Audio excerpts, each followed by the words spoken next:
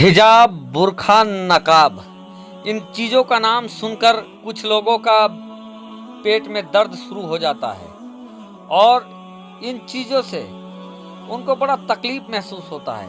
और यही वजह है कि हिजाब, बुर्खा, नकाब पर पाबंदी लगाने के लिए हमेशा कोशिश करते रहते हैं।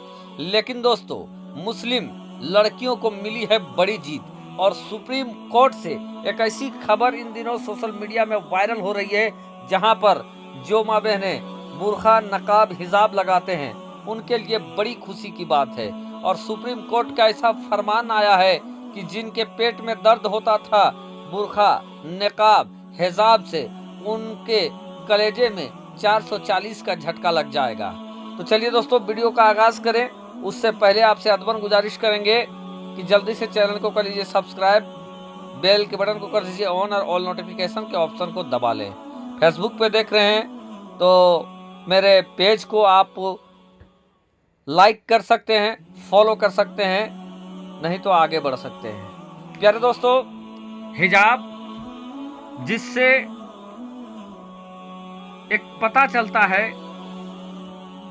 और पर्दा का इंतजाम हो जाता है। आजकल जो मवाली किस्म के कुछ लोग गलियों में मटरगश्ती करते रहते हैं और वहां से गुजरने वाले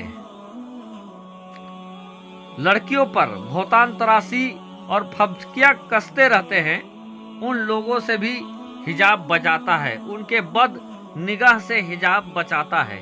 और ये हिजाब वो है जो एक इस्लामिक ड्रेस कह लीजिए, इस्लामिक पहनावा, इस्लामिक तौर तरीका, और जैसे हर एक मजहब, हर एक धर्म में अलग अलग पहनावा, अलग अलग तौर तरीका है, उसी तरीके से हिजाब, बुर्खा, नकाब कह लीजिए, ये इस्लामिक पहनावा है, इस्लामिक कल्चर है।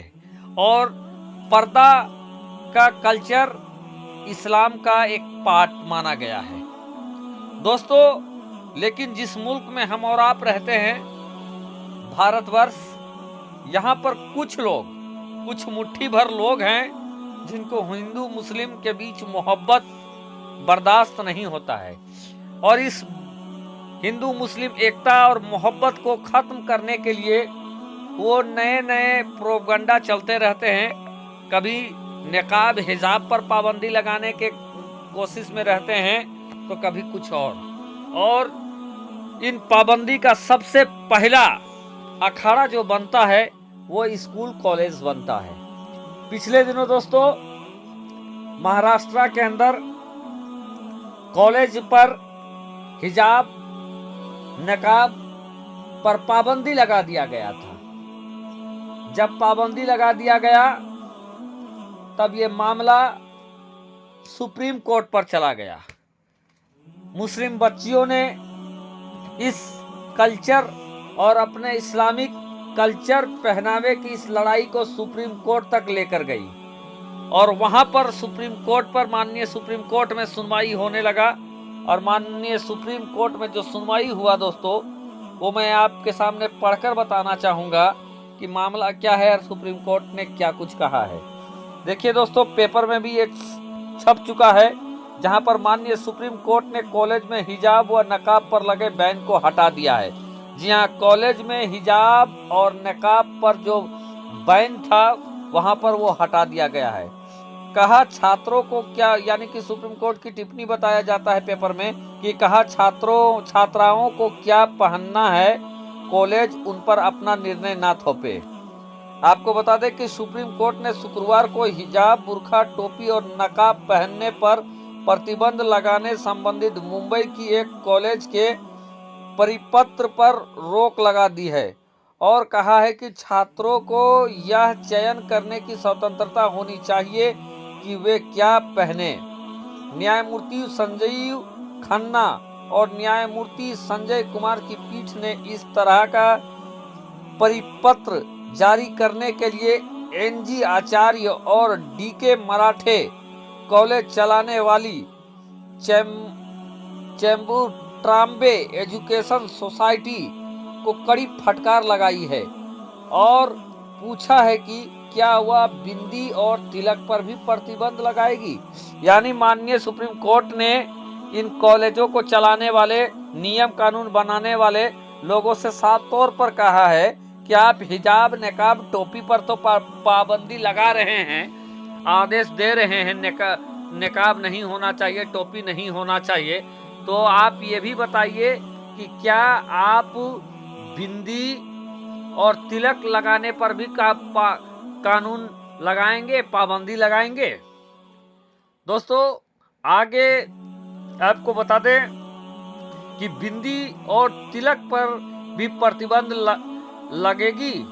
सुनवाई के दौरान न्यायमूर्ति कुमार ने कॉलेज से पूछा कि महिलाओं को क्या पहनना है या बताकर आप उन्हें कैसे सशक्त बना सकते हैं। मुझे लगता है कि जितना कम कहा जाए उतना अच्छा है। शैक्षणिक संस्थानों में छात्राओं पर यह निर्णय नहीं थोपना चाहिए कि उन्हें क्या पहनना है। कॉलेज की ओर से पेश वकील ने दलील दी कि इस निर्देश के पीछे की मंशा यह सुनिश्चित करना है कि छात्राओं की धार्मिक आस्था उजागर ना हो। इस पर न्यायमूर्ति खन्ना ने कहा कि क्या छात्रों के नाम से उनकी धार्मिक पहचान उजागर नहीं होती है? धर्म उनके नाम में भी ऐसे नियम लगेंगे। यानी साफ तौर पर जो कॉलेज की जो वकील थे उनका कहना था कि हम हिजाब और बुर्खा और नकाब और टोपी हटाकर हम ये चाहते हैं कि छात्राओं का धार्मिक पहचान ना हो। तो इस पर जो माननीय सुप्रीम कोर्ट के जो न्यायाधीश थे उनका कहना है कि क्या लड़कियों का जो नाम है उस नाम से उसकी धर्म की पहचान नहीं होती है।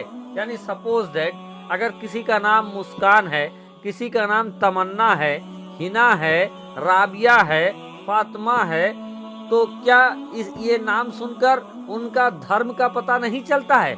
अगर किसी का नाम सुनीता है, गीता है, बबीता है, सरिता है, तो क्या उनका इस नाम को सामने आने से क्या उनके धर्म का पहचान नहीं होती है? नाम से भी धर्म की पहचान होती है। तो क्या आप इस तरीके के नाम पर भी प्रतिबंध लगा दोगे? तो दोस्तों ये तमाम चीजें सुनने के बाद कई फटकार के साथ मामले में जो प्रतिबंध लगा था बुर्खा पे, नकाब पर, टोपी पर, उस पर माननीय सुप्रीम कोर्ट ने रोक लगा दी है। जी हाँ दोस्तों, माननीय सुप्रीम कोर्ट ने रोक लगा दी है और कड़ी फटकार के साथ ये जीत मुस्लिम बच्चियों को हुआ है। और वो लोग जो मुस्लिम बच्चियों को इस तरीके के प्रतिबंध लगाते थे उनको बड़ा झटका, करारा झटका लगा है सुप्रीम